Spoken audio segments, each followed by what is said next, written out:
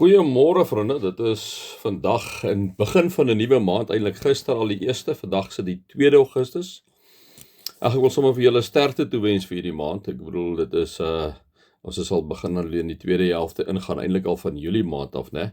Dit voel altyd vir my soos hier Augustus, September maand slaan as ons al aan die einde van die jaar. So dit is maar 'n tyd wat vinnig verbygaan. So ek wens julle regtig 'n goeie maand toe.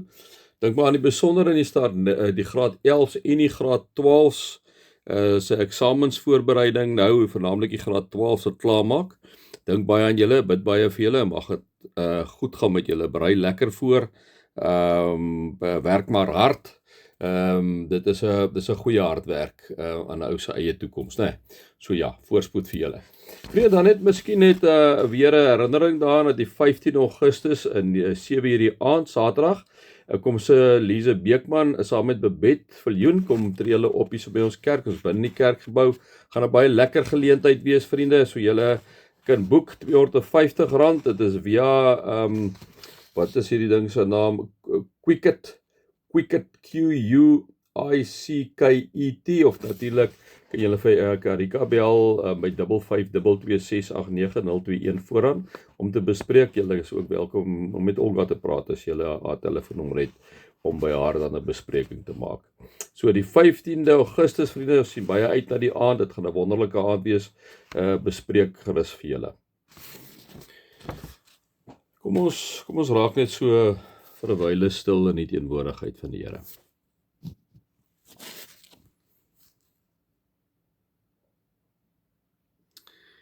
Here, baie dankie vir die voorreg wat ons het, Here, om elke dag met U te mag praat. Here, ek moet ons ook om bely dat ons in die week so rondhardloop dat ons letterlik baie keer nie eens tyd kry om met U te hoor wat U vir ons kom sê uit die woord uit nie. En dat, Here, wanneer ons so op 'n Sondag kom om U te loof en te aanbid, dat eintlik so 'n unieke geleentheid is waar ons vir 'n klein rukkie om stil raak in U teenwoordigheid.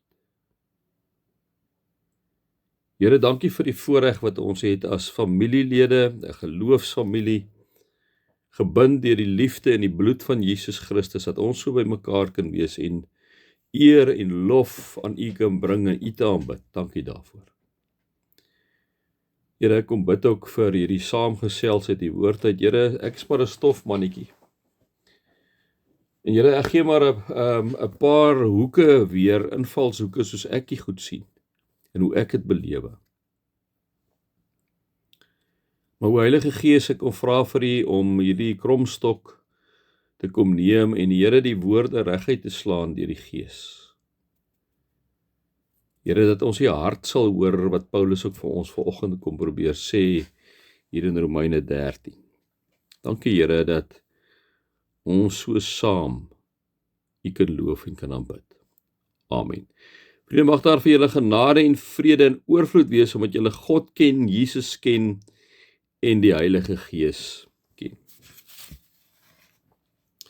Vriende, ja, ek gaan 'n bietjie met julle deel vandag uit Romeine 13, 3 verse. Ek gaan dit ek sal weer by hierso by vers 8 tot 10 uitkom ook.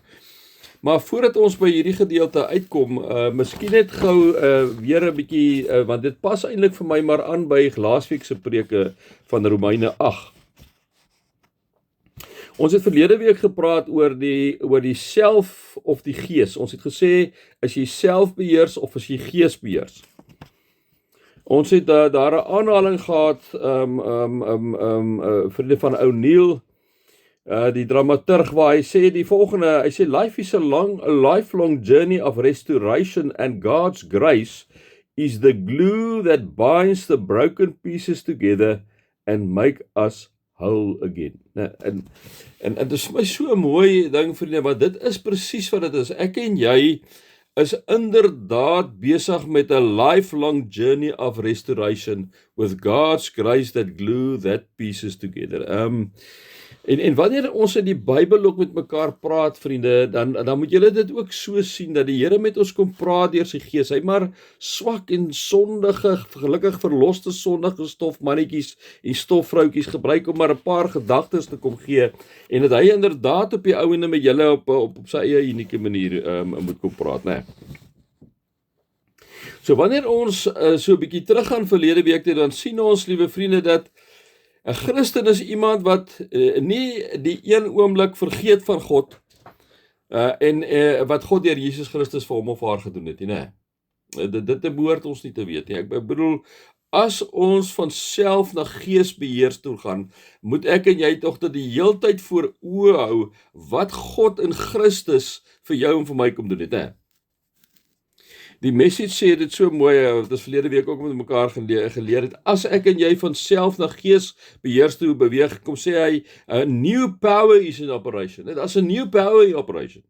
The spirit of life in Christ is in jou en my.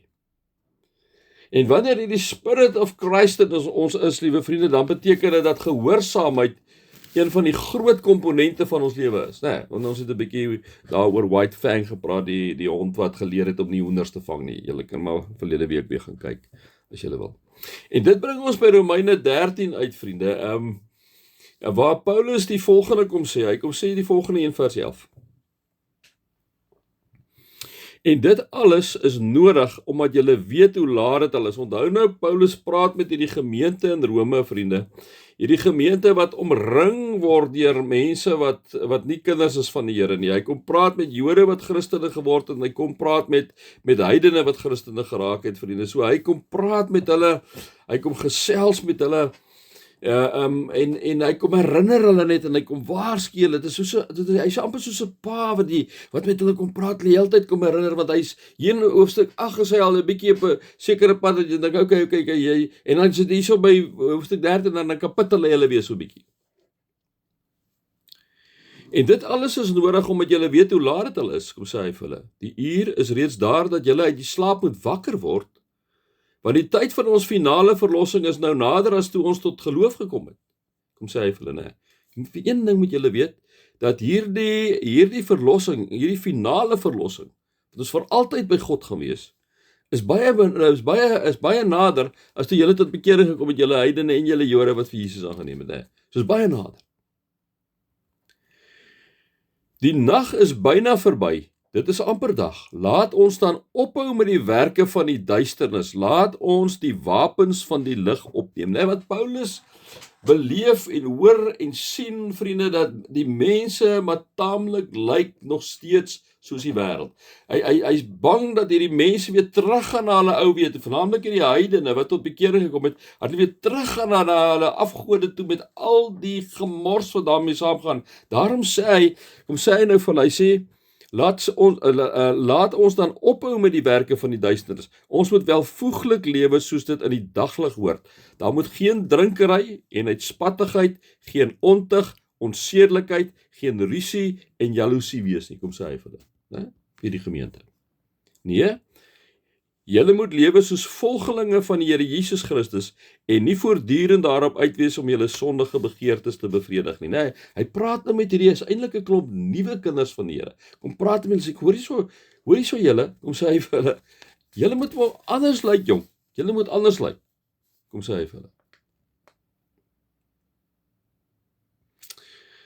En hoe lyk hierdie anders? Nou wil ek julle weer terugvat na Romeine 8 wat ons verlede week gelees het, 9 tot 11. Kom sê Eugene Peterson het so mooi. Hy kom sê, hoe lyk hierdie wakker wees? If God himself has taken up residence in your life, you can hardly be thinking more of yourself than of him. Anyone, of course, who has not welcomed this invisible but clearly present God, the Spirit of Christ, won't know what we are talking about. But for you who welcome him in whom he dwells, even though you still experience all the limitations of sin, dit is ons nou waar, ek en jy is nou nog nie engeltjies nie. Ons is verloste sondaars, maar ons val nog steeds wakker. You yourself experience life on God's terms. It stands to reason, doesn't it, that if the alive and present God who raised Jesus from the dead moves into your life, he'll do the same thing in you that he did in Jesus, bringing you alive to himself. When God lives and breathes in you, and he does as surely as he did in Jesus, you are delivered from that dead life, With the Spirit living in you, your body will be as alive as Christ. Dan sal jy wakker wees. Dis die eerste ding wat hy kom sê in hierdie gedeelte vir ons. Hy sê, word wakker. Hy is amper 'n wake-up call wat hy kom praat met hierdie mense hierso in die gemeente van Rome. Hy kom sê vir hulle in die boodskap, sê hy baie mooi hierdie, hy sê, julle moenie so vasgevang raak in julle besige lewens, dat julle nie agterkom hoe laat dit al is. Kyk, die einde, die groot dag van die Here is voor die deur. Trouwens, dit is sommer al baie nader aan ons as toe ons tot bekering gekom het. Daarom moet ons wakker word. Die dag is verby, dit is al amper dag, kom sê hy. Hy kom praat met hierdie mense in Rome en hy kom praat inderdaad met jou, met my liewe vriende, wanneer hy vir ons moet kom sê en wat hy weer vir ons kom sê, ons moet altyd die Heilige Gees die geleentheid gee om ons te vul met sy teenwoordigheid. Dit beteken dat ons reeds verlede week vir mekaar gesê dat ons geesbeheers moet wees, liewe vriende, in plaas van selfbeheers, dat dit moet gaan oor God se dinge en nie oor my dinge, me en me nie. Ons moet dus ten alle tye, het ons vir mekaar gesê, en moet ons weer vir mekaar sê, ten bloede toe weerstand bied teen jou duiwel. Waarsku Petrus ons in 1 Petrus 5, die duiwel loop rond soos 'n brullende leeu om te kyk wie kan hy verslind. En daarom kom wys Paulus hierdie gemeenteitjie, liewe vriende, hier in Rome daarop, dat hulle moet wakker wees. Die boodskap, in die boodskap sê hy, die 83 vertaling sê dit so, die uur is reeds daar dat julle uit die slaap moet wakker word, want die tyd van ons finale verlossing is naby, die dag is byna verby, dis amper lig, laat ons dan ophou met die werke van die duisternis, laat ons die wapens van die lig opneem. Laat ons nie so vasgevang word, kom sê hy vir ons, liewe vriende, in ons besige programme en lewens, dat ons nie agterkom dat ons eintlik in die eindtyd lewe nie. Dat ons nie so besig raak dat ek en jy dink, maar dit is amper half die hemel, al dink ons is nog gaan hiernamaals nie. Dat ons so besig raak, liewe vriende, dat dit eintlik nie vir ons pla, hoe die dinge by ons besig is om by ons verby te gaan nie. Want ons is so besig. Natuurlik weet nie ek of jy en Jesus self, hy weet nie wat is die tyd wanneer hy weer kom nie. Maar verseker moet ek en jy vir mekaar kom sê, Paulus kom sê amper 2000 jaar terug vir hierdie mense, julle moet onthou julle lewe in die eindtye, word wakker, kom sê Paulus vir hulle, word wakker, kom sê Paulus vir jou en vir my ook, ons moet dit besef, kom sê hy, want hy kom sê inderdaad, as die huiseienaar geweet het, wanneer die dief kom, kon hy hom voorberei, maar hy kon nie.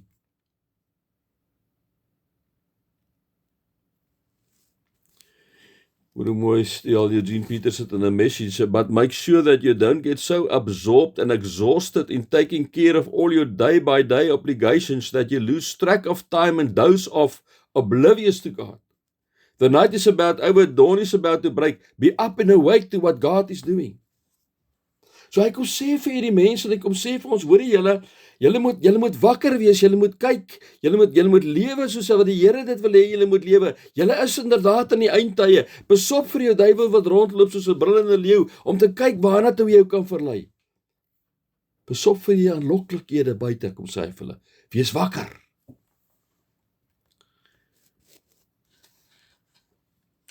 Een konstante tema in Lenny Kravitz, 'n Amerikaanse sanger, liewe vriende, speel ook meeste van sy albums, speel hy die instrumente self. Gaan oor godsdiens. En volgens die Rolling Stone tydskrif 24 Junie 2004 het dit begin toe Kravitz omtrent so 11 jaar oud was, want hy was lid van die bekende California Boys Choir. By 'n somerskoorkamp het Kravitz griep gekry en die siekebed beland en daar het hy saam met 'n ander seun gelê. Terwyl hulle so saam gelê het hulle begin oor God gesels en aanhoudend oor God gesels. En in 'n stadium so vertel Kravitz het hy bewus geword van die teenwoordigheid van iemand in die kamer. En dit het hom geruk. Hy verduidelik soos volg, hy sê, we almost couldn't breathe, I couldn't explain it, but it was the presence of God, kom sê hy. Dis dieselfde soort teenwoordigheid, liewe vriende, wat Paulus inspireer. Hy weet God is teenwoordig. Hy het God ervaar op die pad van Damaskus. Hy weet dit, liewe vriende, daarom skryf hy, ons moet wakker word. Hy sê, word wakker.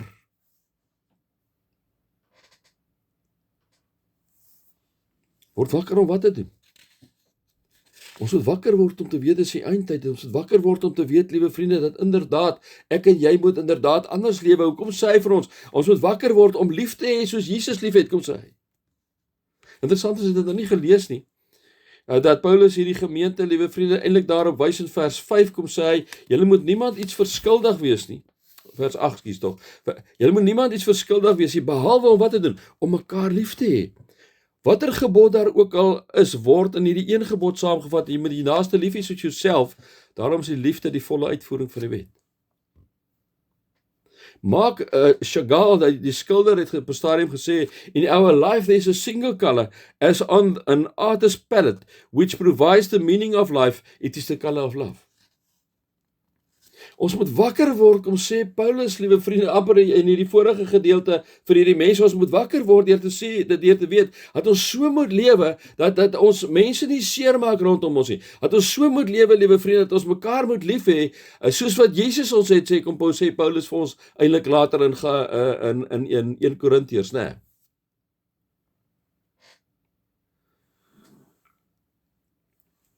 Ek kom sê dit in 1 Korintiërs 13, maar ek kom sê dit inderdaad vir ons in Johannes 13, wanneer hy kom sê, julle moet mekaar lief hê soos Jesus julle lief het, sodat die wêreld kan sien dat julle my disippels is.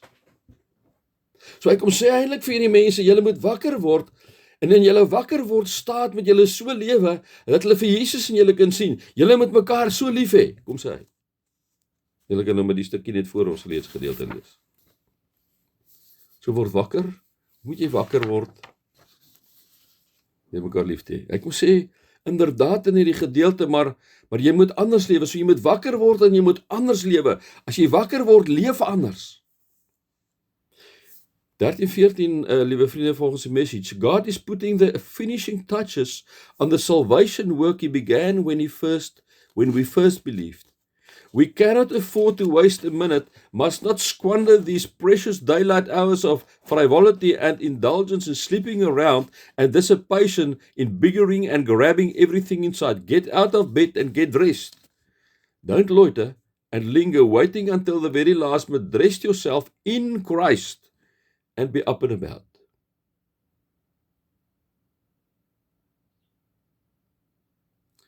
So wanneer ek en jy wakker word, liewe vriende, moet ek en jy inderdaad anders lewe. Ons leef in die eindtye. Ons leef in die eindtye. Wat die eindtye ook al is, gaan dit nog 1000, 2000, 10.000 jaar wees. Ek en jy weet nie. Kan dit nog 'n jaar wees? Ek en jy weet nie, liewe vriende. Daarom moet ons altyd, dit sou kom hy vir hulle probeer sê, julle moet wakker wees, want hierdie eindtyd kan kom inderdaad soos 'n dief in die nag. En in hierdie eindtyd en in hierdie wakker wees staat waarin julle moet wees, kom sê hy, inderdaad moet jy anders lewe. Dress yourselves in Christ and be up and about. Augustinus, liewe vriende, een van ons groot kerkvaders, het 'n ontsaglike wilde lewe gelei. Hy was goddeloos geweest. En op 'n dag terwyl Augustinus en Hippias, 'n vriend van hom, in 'n tuin gesit en gesels het, hoor hy 'n kind 'n liedjie sing wat sy ma altyd vir hom gesing het. Neem en lees, neem en lees. In die oomblik toe hy hoor het hy baie emosioneel geraak en hy het begin huil. En toe hy ophou huil, sien hy dat sy vriend het geloop, maar hy het die Bybel op die tuinbankie gelos, en Augustinus neem toe die vriend van hom se Bybel, wat oopgelê het by Romeine 13 en 14, ons geleesde gedeelte. En met trane in sy oë lees hy van die wysheid van God, wat hom oortuig het van sy sonde, wat ons gelees het hier, nee, ek gaan nou weer vir julle lees, en wat hom oortuig het om sy lewe te verander.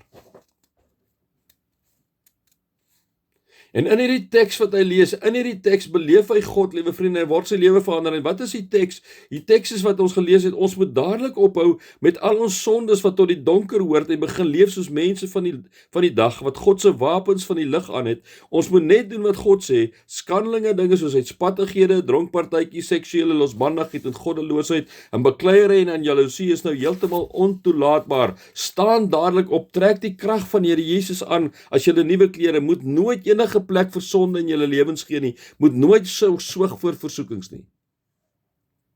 En net daar het Augustinus op sy knieë geval, liewe vriende, en hy die Here aangeneem, want hy het beleef daar in die woorde van sy ma, lees en waar hy gesê het, neem en lees, het hy beleef, maar dis God self wat met hom praat, en God self wat hom aanspreek, en vir hom sê, Augustinus, jy moet jou lewe verander, jy kan nie aangaan, soos wat jy nou aangaan nie. En daar op sy knieë, liewe vriende, daar het hy 'n stukkie gelees, het sy lewe verander. En uit een van die grootste kerkvaders ooit geraak. Jy sien, liewe vriende, net God kan jou en my verander. Die ware verandering, liewe vriende, sien ons dan in mense se lewens. Jy kan dit definitief voor Augustinus tot bekering gekom het, en nadat hy tot bekering gesien is, twee verskillende mense. Hy het verander, liewe vriende. Hy is verander deur die Heilige Gees.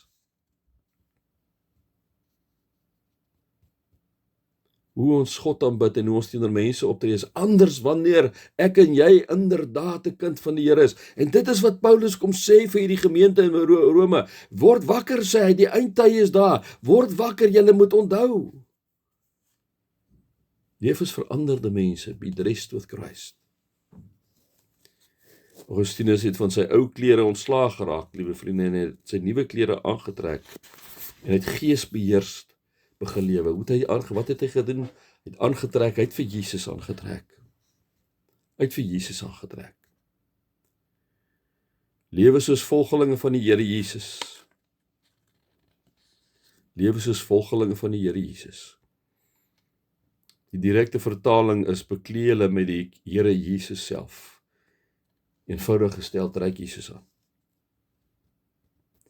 Liewe vriende, hierdie nuwe Jesus klere wat ek en jy aantrek, moenie net uiterlik bly sit nie, dit moet absoluut, vriende, vir jou en vir my intrek as Jesus volgelinge. Ons moet, liewe vriende, dit deurtrek na ons hele lewe toe, hoe ons teenoor mense optree, hoe ons teenoor ons vrou en ons kinders, ons familie, ons kollegas, ons almal, dit moet deurgetrek word soontoe, sodat ek en jy, liewe vriende, inderdaad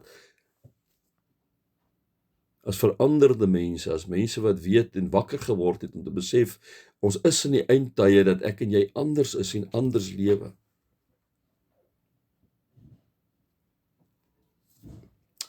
Interessant, nee, ons visie. Sluit so pragtig hierby. Wat sê ons visie? Ons visie sê, laat jou lig so skyn. Laat jou lig so voor mense skyn, dat hulle julle goeie werke kan sien en julle Vader wat in die hemel is kan verheerlik. As jy vir Jesus aantrek, kan dit tog nie anders nie.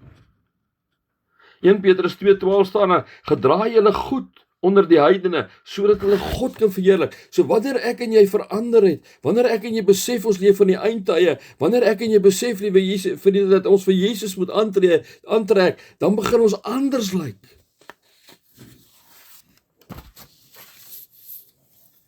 Life is a lifelong journey of restoration, and God's grace is the glue that binds the broken pieces together and make us whole again.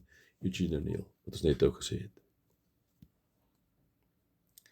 In ou Joegoslawië het die kerk kwaai gelei onder korrupte kerkleiers, vriende, wat net handpoppe van die destydse regering was.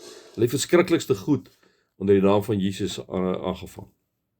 En eendag het 'n evangelis met die naam van Jakob in die dorpie aangekom en hy het met 'n ou man met die naam van Zimmerman gepraat oor die tragedies wat hy in sy lewe ervaar het, né? En Jakob, omdat hy evangelis is, hy was lief vir Jesus, het hy spontaan met Zimmerman begin praat oor die liefde van Christus, maar Zimmerman het hom wreed onderbreek en vir hom gesê dat hy net mooi niks met Christendom te doen wil hê nie. Het Jakob herinner aan die aaklige geskiedenis wat die kerk in sy dorpie gehad het, die plundery, die uitbuiting en selfs die doodmaak van onskuldige mense. My eie neef sê hy vir Jakob het die kerk doodgemaak. Hulle dra daar die pragtige jasse en hoedens en kruise wat veronderstel is om by jou die indruk te laat dat hulle 'n hemelse opdrag het, maar hulle bose intensies en lewens kan ek nie ignoreer nie. Sê ek is baie jammer, sê hy. Ek sien nie die liefde van God. Jakob antwoord hom toe as volg, hy sê, Zimmerman, kan ek jou 'n vraag vra? Die ou man skud toe sy kop en stem het. Verbeel jou, ek steel jou jas, trek dit aan en beroof die bank. Die polisie sien my as ek daar op die afstand weghardloop, maar kan my nie inhaal nie. Maar die een leidraad wat hulle op my spoor laat kom, is hulle die jas herken. Wat sal jy vir hulle sê as hulle na jou huis toe aankom en jou daarvan beskuldig dat jy die bank beroof het? Ek sal dit natuurlik ontken, het Zimmerman gesê. Kom aan, sê Jakob. Ons het jou jas gesien, sal hulle sê. Hierdie beeld van die jas het Zimmerman so begin irriteer dat hy vir Jakob uit sy huis uitgejaag het. Jakob, so lui die verhaal, het egter sporadies teruggekeer na die dorpie toe, net om verder met Zimmerman bevriend te raak, met hom te praat. Wat van die jasstorie sal julle vra? Wel, daar is baie gepraat tussen hom en Zimmerman oor hierdie jas. En daar is tot die gevolgtrekking gekom dat indien jy die jas van Jesus aan het, beteken dit nog glad nie dat jy sy volgeling is nie. Soos wat die ou die jas aangeneem het, nie Zimmerman was nie. Uiteindelik na 'n lang tyd het Zimmerman eendag uit die bloute vir Jakob gevra, hoe word 'n mens 'n Christen? Jakob het hom na Jesus gelei. Toe alles klaar is, was Zimmerman se oë vol trane en hy het saggies vir Jakob gesê, dankie dat jy deel van my lewe geword het. En toe wys hy so na die jas en hy sê, jy dra sy jas goed. Sy jas lyk goed aan jou. Dit pas jou. Thornton Wilder het gesê, moenie vir iemand vra of hy of sy glo nie, kyk liewers wat hy of sy doen. Trek vir Jesus aan, vriende, sodat almal kan sien dat Jesus inderdaad in jou lewe. Laat ons wakker wees, ons leef in die eindtye, moenie dink die hemel is op aarde nie. Laat ons inderdaad, wat Paulus vir die mense sê in Rome, laat ons wakker word. Laat dit 'n wake-up call vanoggend vir ons almal is weer, om bewus te wees daarvan dat ek in die eindtye lewe. Laat ons besef, liewe vriende, ek en jy moet anders lewe, soos Augustus wat die Here aangeraak het, Augustinus. En in hierdie anders leef, moet ons vir Jesus aantrek, moet ons nuwe klere aantrek, liewe vriende, sodat mense vir Jesus in ons lewe kan sien en die eer aan hom kan bring. Amen. Here, baie dankie vir die voorreg wat ons het om sommer so 'n paar gedagtes vandag met mekaar te kon ruil en kon uitruil. Dankie daarvoor. Vader, ons kom vra vir U dat U inderdaad vir ons so klein bietjie wakker gemaak het vandag in Paulus se woorde. Wakker gemaak het, Here, om inderdaad anders te lewe. Inderdaad te besef, Here, dat liefde staan te alle tye sentraal, want liefde is God, U is liefde. En eintlik is die hele Bybel vol van liefde, hoe U vir ons lief het en hoe U eintlik 'n appel op ons sit om natuurlik U lief te hê met ons hele hart, siel en verstand en ons naaste soos onsself hergedefinieer, Here, ons moet mekaar so lief hê soos Jesus ons het, sodat die wêreld kan sien dat ons aan U behoort. Here, dat ons sal wakker wees om te besef, ons is in die eindtye, Here, dit is 'n wake-up call, dat ons moet anders lewe, dat ons vir Jesus Christus moet aanneem, omdat hy inderdaad in ons opgestaan het, dat die Gees binne in ons is, en dat die Gees ons dring om in totaliteit anders te lewe, as kinders van Jesus. Here, help ons daarmee elke dag. Ons wiele partykeer afval, wat baie keer maar gaan oor onsself, maar dat ons kan weet, Here, dat U restoreer ons, en dat U genade die gom is wat ons aan mekaar hou. Dankie daarvoor. Amen. Vriende, ek gee nou vir julle geleentheid vir die opneem van die dankoffers. Julle kan 'n SnapScan gebruik, of julle kan 'n EFT doen, vriende. Die bankbesonderhede, weet julle, is Absa. Ons is NG Kerk Sonnekus. Die takkode is die generiese een, is 632005.